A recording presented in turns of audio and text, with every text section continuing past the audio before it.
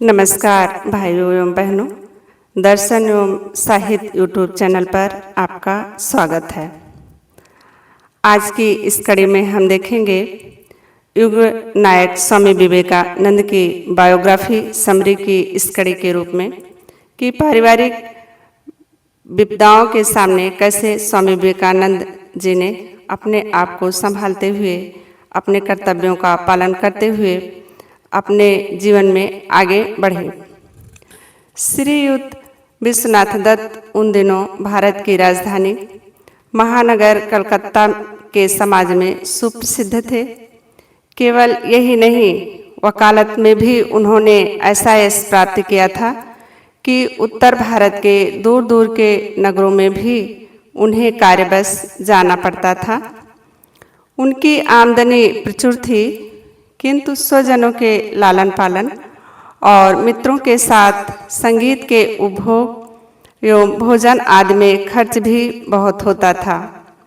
इसके अतिरिक्त सम्मिलित परिवार के उपार्जनहीन मुखिया काली प्रसाद एक ओर जितने बेहिसाब खर्चीले थे, दूसरी ओर अपने भतीजे विश्वनाथ की आमदनी पर उतना ही पूर्ण अधिकार भी जताते थे।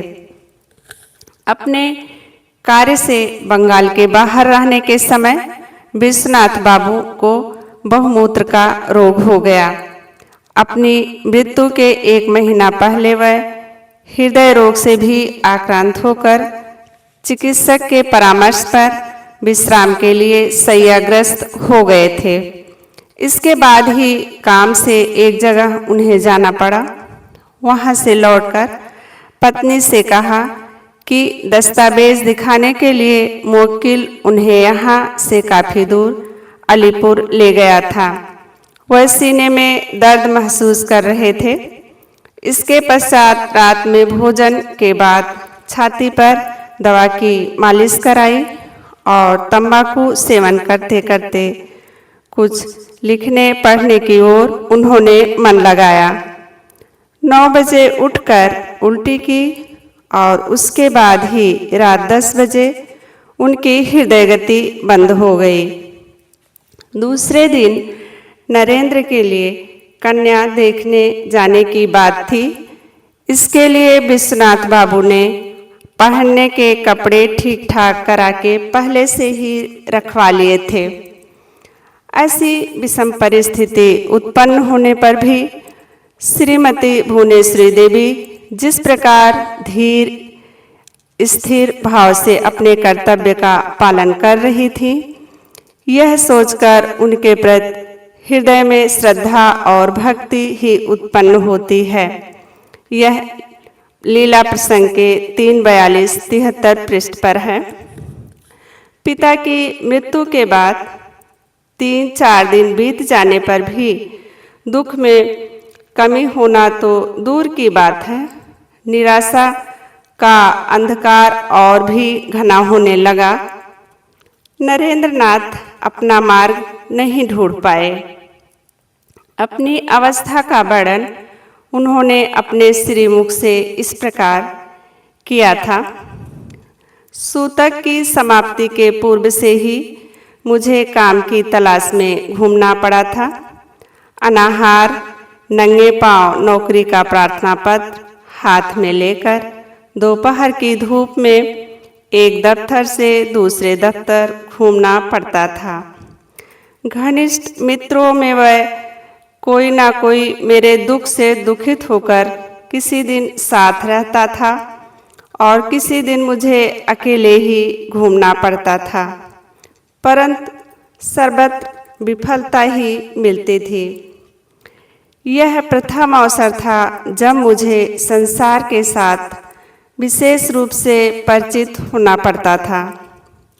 स्वार्थ रहित सहानुभूति यहाँ बहुत ही विरल थी। यहाँ दुर्बल और दुखी का कोई स्थान नहीं है। मैं देखता था 2 दिन पहले जो लोग मुझे कुछ भी सहायता देने का मौका पाने पर अपने को धन्य समझते थे, अब इस समय मुझे देखते ही मुंह फेर लेते थे। सामर्थ्य रहते हुए भी मुझे थोड़ी बहुत सहायता भी नहीं देना चाहते थे। देख सुनकर कभी कभी ऐसा लगता था मानो यह संसार दानवों का बनाया हुआ है। स्मरण है, इस समय एक दिन धूप में घूमते हुए पैर के तलवे में छाला पड़ गया था और बहुत थक कर मैदान के धरहरे की छाया में मैं बैठ गया था।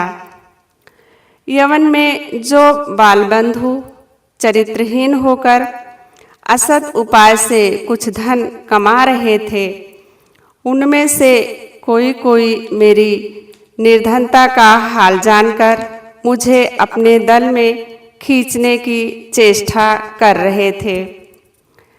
एक धनी महिला की दृष्टि मेरे ऊपर पहले से ही पड़ गई थी।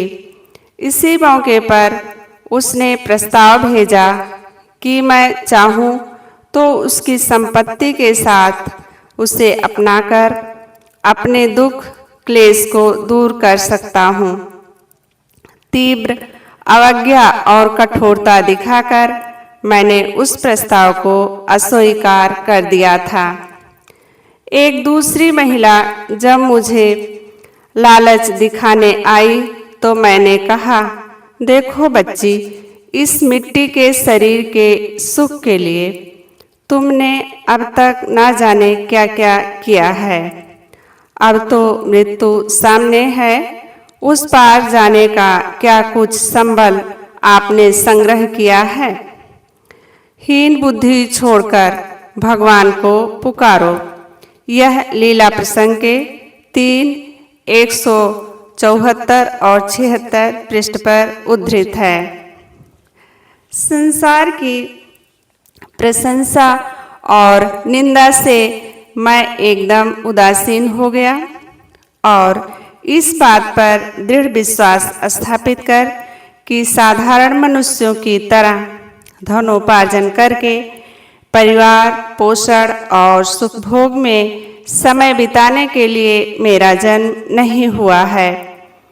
अपने पितामह की तरह गृह त्याग करने के लिए मैं तैयार होने लगा।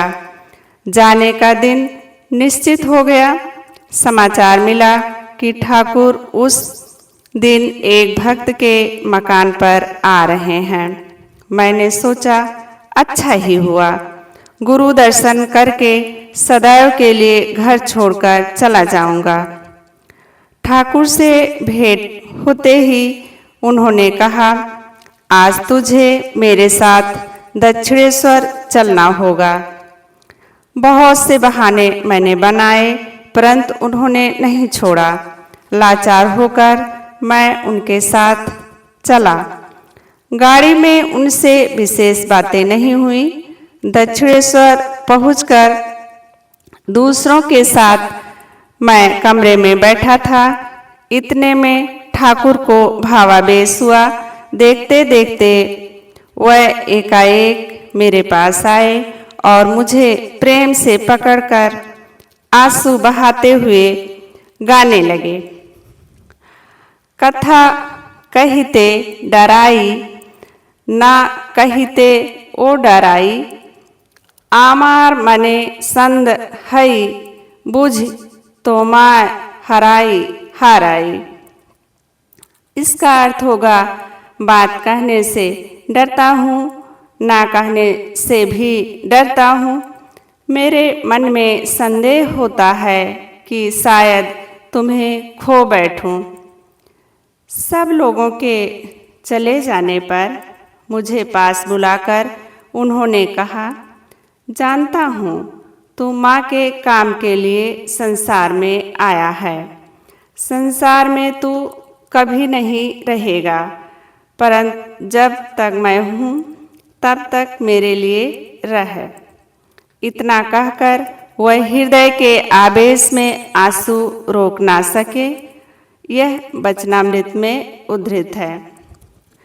गृहस्थों के कल्याण के लिए तथा उन लोगों के अपने धर्म जीवन की प्रणाली में उत्साहित और आमंत्रित करने के लिए रामकृष्ण संन्यास के साथ गृहस्थ जीवन की तुलना कर कई विषयों में गृहस्थों के साधन मार्ग को ही सहज और सामान्य लोगों के लिए उपयुक्त बताया करते थे।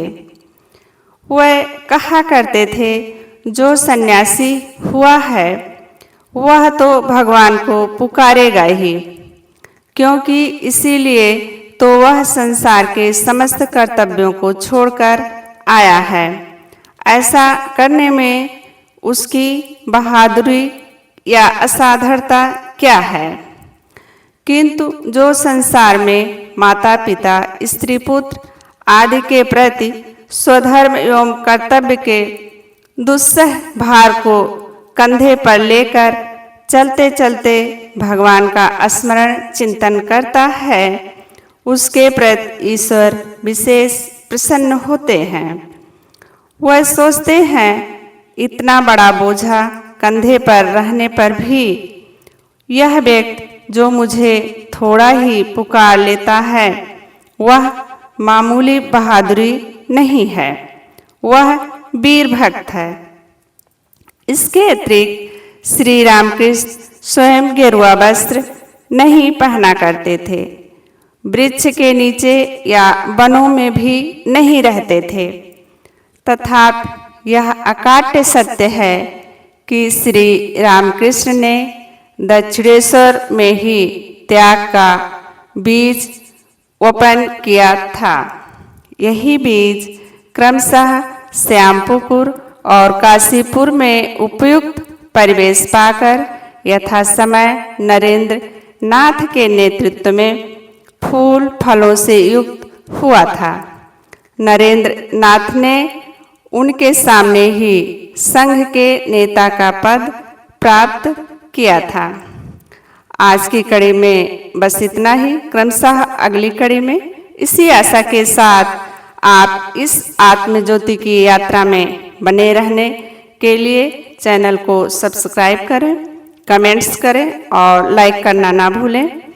जय हिंद, जय भारत।